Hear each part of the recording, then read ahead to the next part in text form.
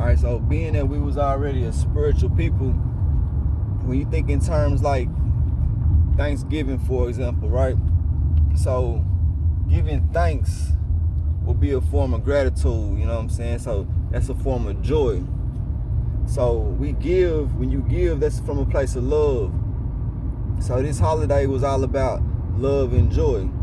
It was a celebration, a celebratory day for love and joy. So it's called Thanksgiving. So, you know, we might say things like, thank you for giving us your stuff and stuff like that. And that might, but in our reality, it was a holiday that's based off of having love and joy, you know, and being of this particular energy and emotion. So that's what that was all about. Now, when they came over here, we taught them our ways and they learned a lot of things from us, but they also came in peace when they did certain things like that. So we would like to call these Trojan horses. You know, they came bearing gifts.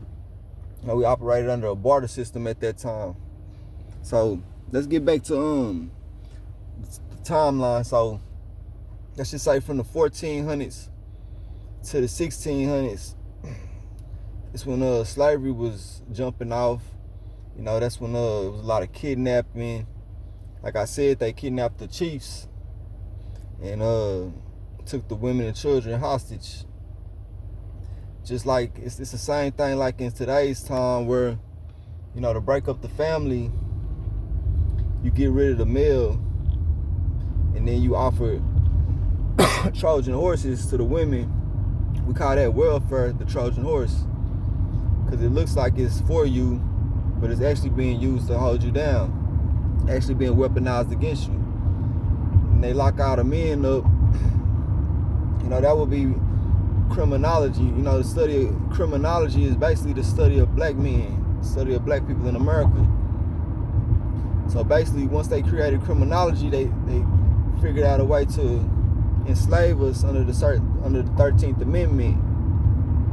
So, you know, then they came in with a lot of ways to make it where we was making money, like the drug trade and things of that nature, right?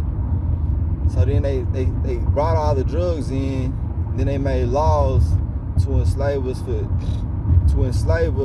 for selling the drugs, knowing that they kept us in these areas that was in poverty, and they had something called redlining. So we couldn't get loans from the banks and things of that nature.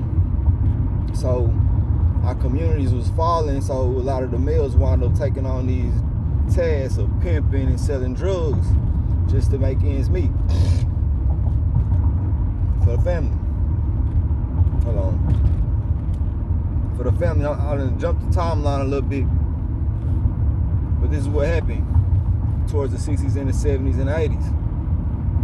So before that, like the 1930s, you know, they had a lot of Black Wall Streets around.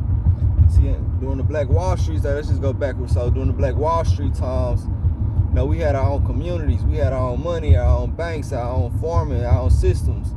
We built our own houses. We didn't leave our communities. We just expanded on our communities. They started smiling. We expanded on those communities just like any other city in America to this day. So that's how that went down. And prior to the 1920s and 30s, slavery had just ended in with 1865. So we had only been free from slavery for 50 years, and we already had jumped off our own communities. So then they figured out other ways to enslave us under the 13th Amendment. This was a tactic being used. I don't know who they are, but this is how it went down. So next, they come out with new ways, like let's say let's just go back in the timeline. So let's go back to why they didn't want us to read and write. So reading and writing, you know, we couldn't read and write, we couldn't learn, and you know, knowledge is power. So they also didn't want us to be able to talk in our own language, right? So they made it where we couldn't speak our own language. Then over time, we didn't even know our own language, so then we had to learn English, you know. So then we learned English, but they didn't want us to learn how to read and write from those books. They didn't want us to know about our own history. They split us all up. So our history got diluted over time, and we lost our history of who we were as peaceful people, spiritual people, you know what I'm saying? People who meditate, people who believed in God. you know. So then they also use our own system, you know, the Old Testament, the Hebrew Bible.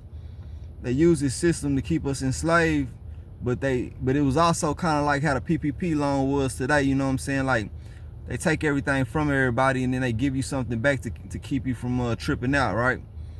But then under that same system, they keep you enslaved, you know. So PPP loans come out, 6 months later, inflation kick in, right? 6 months later after that, you owe the government because your $20,000 PPP loan ain't worth $20,000 no more. You can't afford to jump off a business for yourself, or in the business that you have jumped off.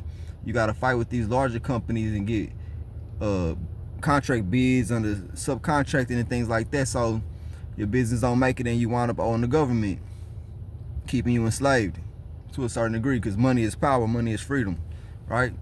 So it's the same system, you know. And just like during the slavery time, so let's just say from the 1400s to the 1800s, this is all what went down. They moved us all around, they separated us from our families, making sure that we didn't know who our families was. So over time, then they separated us.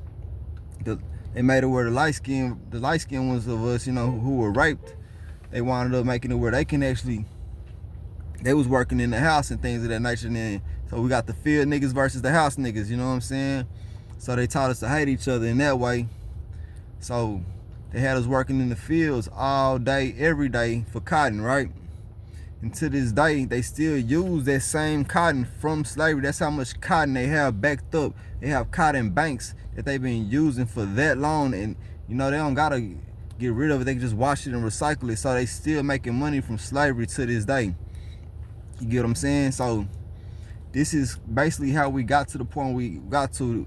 This will be part 3. So next we'll talk about okay, so boom, let's just jump it off like this. So let's just say from the 1930s, when they took out all the black Wall Streets, to the 1960s, that's when we had the civil rights movements, right? So during the civil rights movements, once they wiped out all the civil rights leaders, then right after that came the gangs, the Crips and the Bloods, which was supposed to be a spinoff of the Black Panthers and the Black Panther movements. And it wasn't just the Black Panthers, it was a bunch of movements like the Black Panthers. So then the spinoff came about. Next thing you know, they got the media, right? So they created media propaganda. So they put it on the media that, oh, these gangs are versus these gangs, you know. Then they found out ways to make us attack each other, you know, just like the house nigga versus the field nigga, but now it's the Bloods versus the Crips. And then across the media, they put this across the media all across America. So this actually helped the gang spread.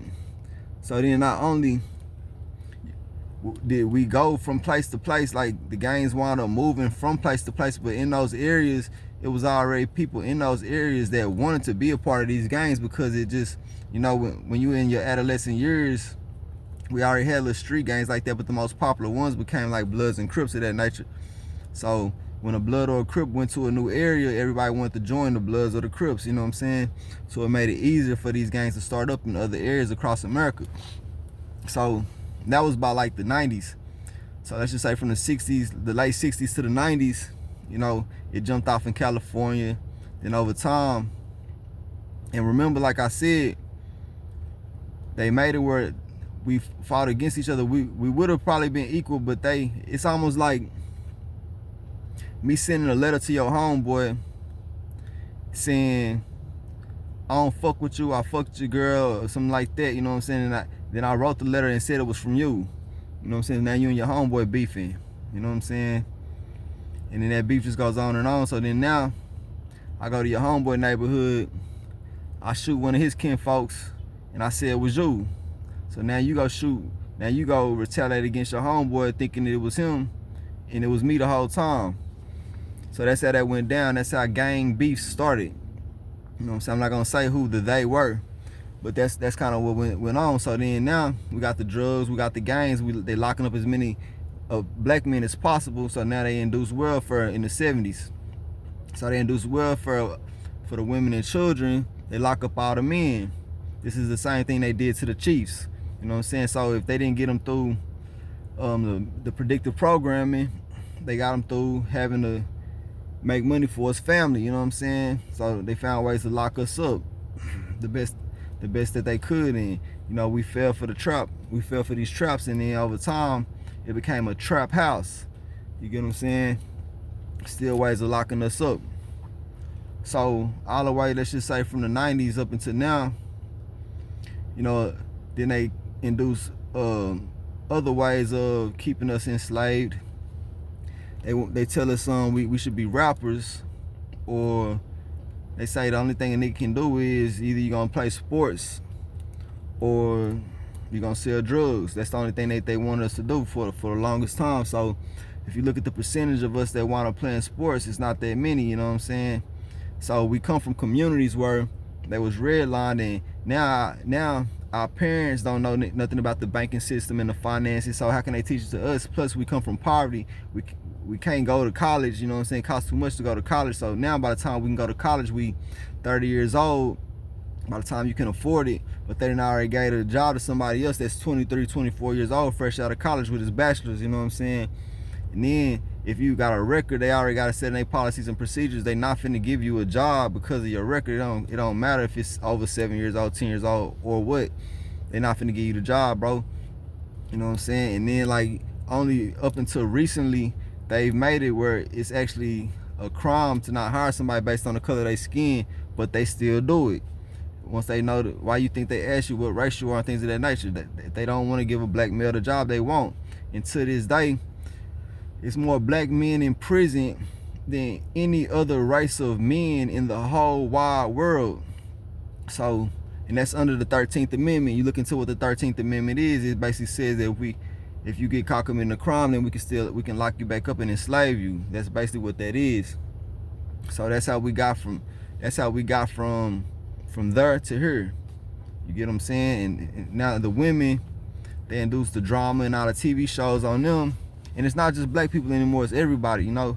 It's everybody. But if you look into our communities, even up until like the 90s and the 80s, we still had black-owned corner stores and a bunch of black businesses. But now, you look at on every corner store, it's either owned by an Indian or an Arab. So they actually come in with a visa given to them, and they come buy up all the stores, and we have no access to that level of money to even start our own businesses.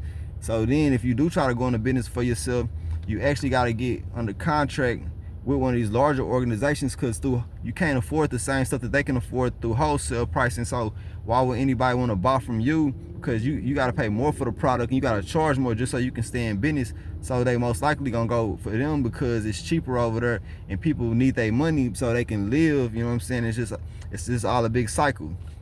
So that's how they go down, and that's how we got to where we are. I say.